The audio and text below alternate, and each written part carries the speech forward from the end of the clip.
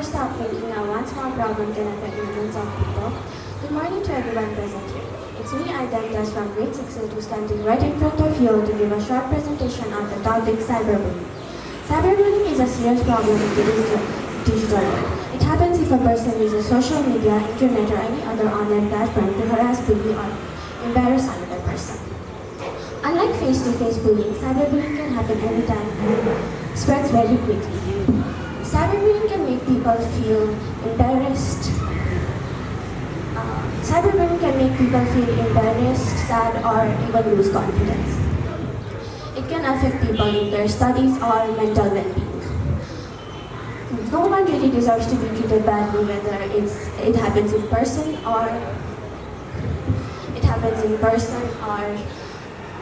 online.